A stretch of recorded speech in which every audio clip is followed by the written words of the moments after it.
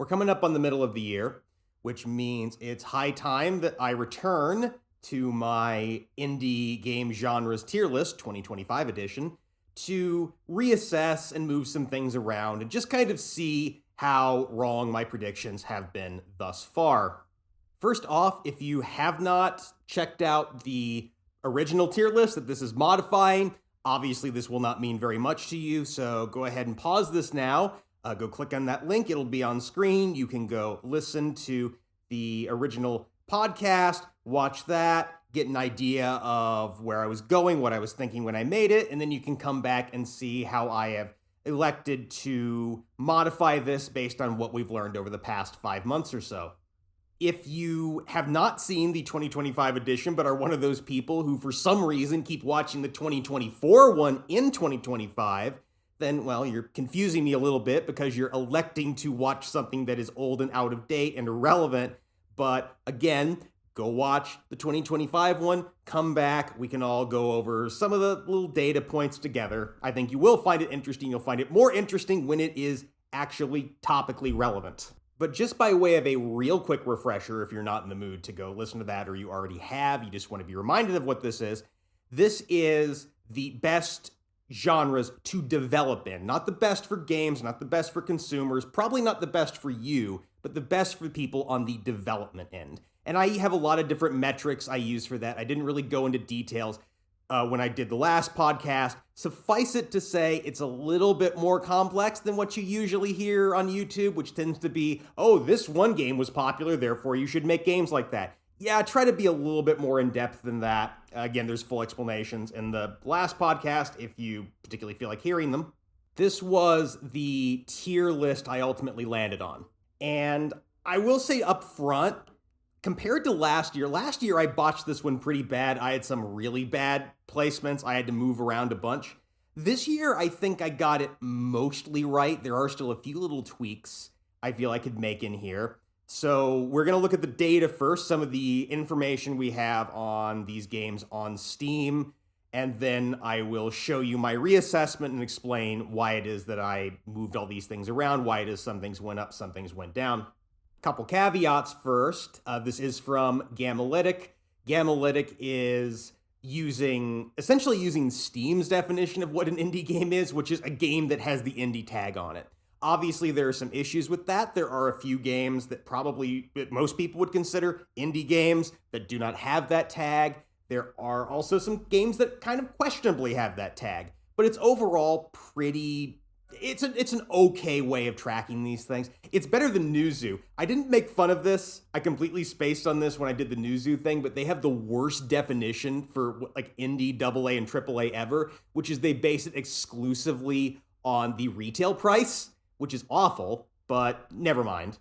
Another little caveat is that I don't actually have data for most of the genres. A lot of these games, there have not been enough released yet this year to have really good metrics for them. So I'm really only using a couple of them, but I think we can at least get a little bit of information, kind of see how things have shifted, like what people are liking more, what people are liking less. It's a good start. So here's a breakdown. This is 11 of the genres I looked at, because again, I don't have all of them, and some numbers on their average revenue, median revenue, and an estimate as to how many sales each game did on average. Now, I actually had data for 12 of the tags that I was looking at. The one that's absent is co-op, because co-op games are such a massive, massive outlier that if I included them, you wouldn't be able to see anything else. Like, let's just say this. I originally had co-op games as the only genre at the top of my list. It absolutely deserves to be there. Like, nothing even comes close. It almost should be in a special category all by itself.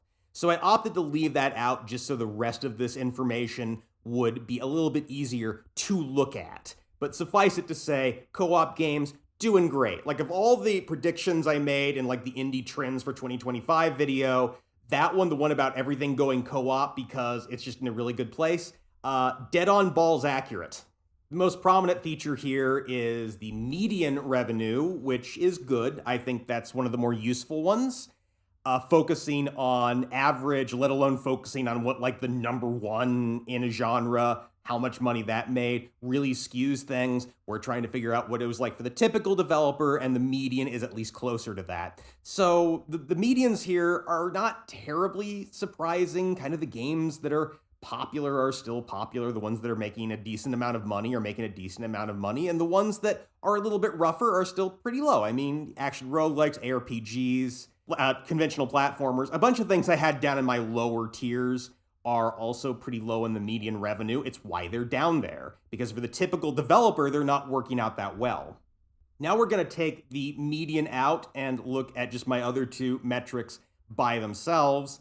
Now here you can start to see kind of the winner take all that's going on in some of these, because once you take the median out, ARPGs seem to be doing really well, because a few of them that have higher production values are doing really well. But in general, it's not really a strong subgenre, I guess, for developers. I mean, you need to have a pretty big team, you need to have a lot of money, and most people don't. Racing games. We're actually going to have to talk about racing games, because that was kind of an odd addition. I only added in because someone mentioned it in my comments. And racing games are having an interesting year. Mainly, I think, because when I think of racing games, I'm tending to think of more or less conventional racing games of either the simulationist or arcade-style kart racer variety. And there are some of those coming out, but the racing tag also appears on other types of vehicle-centric games, including a lot of sort of physics-based stuff, a lot of games that have strong meme potential, which is why racing games, at least on this chart, seem to be doing fairly well. Because some of them actually are doing really well. The ones at the top are making a relatively large amount of money, but you have to balance that against the fact that the typical developer in this is kind of getting the shaft. There's one more graph I want to show you before we go and take a look at my reassessment, and that is the ratio of the mean, the average income to the median income. And this is sort of one of my quick, dirty, rough little estimates of exactly how winner take all it is. Because when a game, or genre rather, has a very high average revenue but a very low median revenue, what that says is that the money is all being made by a very small number of games. So what we have here is an index, so these numbers don't mean anything by themselves, but you can compare them to each other and sort of see which genres are the most concentrated. And a couple of them should be jumping out at you right away. So racing games, very, very highly concentrated. ARPGs, highly concentrated. Action roguelikes, surprisingly. I suppose maybe that's because there's just so many of them and it's hard to care about most of them. So the attention's going to, I imagine, the ones attached to existing IPs. I didn't check on which ones were doing the best, but that's my guess. One thing I should mention, I did not chart out the average price of each genre, but I have that too. For 2025, the average price for games with the indie tag on Steam is coming in at a little bit under $8, which I believe is maybe up slightly over previous years, but not a massive amount. It can sometimes seem like these are getting a lot more expensive, and they are trending in that direction, but there are still enough really cheap games to kind of keep the average low. I bring this up because I have been using average price, for example, to try and estimate the number of units sold per game. But also on this one, I went ahead and matched it against this chart, against the mean to median ratio, because I had a feeling that these games that have the really high index numbers may be higher production value games. And a lot of times you can use the price of a game to kind of estimate its production budget, its production values. Obviously, the more money that goes into a game, the more money you need to bring out of it. So higher production value games tend to have higher prices. And not surprisingly, the two obvious outliers, racing and ARPGs, have well above average prices. For racing games, again, tagged as racing and indie on Steam, the average price is closer to $16. And for ARPGs, it's 12 or 13. So these are way above the typical for indie games in general. And I think that's a big part of why you are seeing this concentration, is because it's a handful of really flashy games that are standing out above the mob. Now we're going to look at the genres, subgenres, etc. I'm electing to move around. And some of this is based on the data I looked up, but honestly, the data mostly supports what I was assuming. So many of these movements are based on gut checks as much as anything else. So let's start with the games, the genres I want to promote. City builders are just an obvious choice. City builders remain incredibly strong. It's kind of odd because I don't really pay attention to them all that much, but this is still a very, very popular. It's kind of a quintessential PC genre, so maybe it's not so surprising it's doing so well, but they are doing really well. And surprisingly, the typical city builder is doing very well. There is some indication people are willing to try kind of more humble, rougher looking ones, and that actually makes it a really, really, really strong genre for people just starting out. On top of which, these kind of games can be made with a relatively small team. So this might be, I know not everyone is hyped to make city builders, but if you are looking around for a feature that can bring people in, a lot of games now have city building elements, and that seems to work as well. So city builders definitely belongs in the top with co-op. I've always been bullish on JRPGs. Admittedly, a big part of that, maybe even most of that, is just that I really like them. I was a big fan of RPGs way back when I was a kid, and proceeded to watch for 30 years everybody running them down, predicting that they were dead, that nobody wanted them, only to watch us enter the indie age, the Steam age, and sort of see them have this great revival. Now, I already had them pretty high up on the list. I'm moving them up to the second highest tier, which I don't think most people would do. But here's why I'm doing that. The assumption I made about JRPGs was that the reason they were doing so well was because of a handful of very high production value games. Because last year, when we looked at these, JRPGs were making a lot of money on average, but they were also had a high average price. And like I said, a high price tends to kind of correlate with higher production values.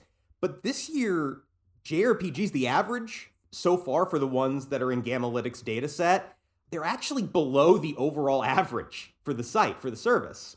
So what that tells me is that even with less flashy JRPGs that maybe aren't as graphically exciting, people are still interested in them. I know that a big part of what kind of made people excited about these again was that you were starting to see small teams developing RPGs that were sort of comparable to what Square was doing on the Super Nintendo.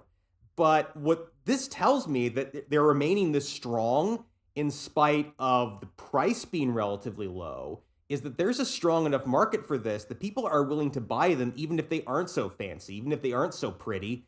And that, to me, suggests it's actually a pretty good place to start off because, again, JRPGs are another great place for relatively small teams. I'm moving strategy up, which admittedly is a bit of a gut check. It's not based on anything in the data. You know what this is actually based on? It's pretty much down to one thing, which is that Civilization 7 does not appear to be doing especially well. It's doing okay, but by AAA standards, not really doing great. Now, the way games like this work these days, the fact that it tripped a little bit out of the gate maybe doesn't matter. I'm ignoring the fact that it is barely even mixed. It's between 40 and 45% at this point, because honestly, strategy fans hate everything new. Most new major release grand strategy games end up with a low Steam rating. That doesn't mean anything, but there aren't that many reviews. Also, I checked the top 100 played games on Steam, and Civilization 6 is on there, but Civ 7 is not. That's not a great sign. And honestly, I don't want to go off on a tangent in this because it's not about Civ or any of the other strategy games I may be into. But this is maybe the first time I looked at a new Civ game and just thought, I don't even really know what Civ 7 is supposed to be, and I don't think I'm alone in that. The next one coming down the pike is, Europa Universalis 5 finally got announced. Worst kept secret in the world. People knew about that for a year. And I'm sure that one's going to do well too. But my gut, just looking at the numbers, is like the top tier kind of double and triple A strategy games aren't doing amazing. And the ones that are, like some of Paradox's other titles, are doing so because of things we've discussed. It's because they're prolonging them. They're not really finding new audiences. And what that tells me is that there might actually be room for a smaller developer with some interesting ideas to kind of break into this market. It's narrow. I'm not willing to push it past middling because I think strategy is still a pretty bad place to jump in. But at the same time, you've got this sort of quick strategy trend going on right now. And I think that helps. Games like that are definitely easier for small teams to make. They've proven pretty popular so far. So I think there's a real shot, now that all the big dogs are going for these really complex, 8 layers of mechanics things, it's nice to see relatively simple games coming down the pike, and I appreciate that. Now to my demotions. Probably the one that goes against the data the most is I want to push deck builders down into middling. Now, by the numbers, deck builders are still doing very well. They have a pretty strong median revenue, which is good. But if you look at it and compare it to previous years, deck builders are not as strong as they were 1 or 2 or 3 years ago. And I think a big part of that is oversaturation. A couple years ago, deck builders were a wonderful genre to make because lots of people wanted to play them and nobody was making them. So if you put one out that was competent, that had a few original ideas and had even just decent production values, put simply, if you put out a deck builder that wasn't just knocking off Slay the Spire, people would buy it and you'd do pretty well. But there are a lot more, like the number of deck builders being released has blown up. And I think there is a risk of them kind of outcompeting each other because, the market for these games isn't that big.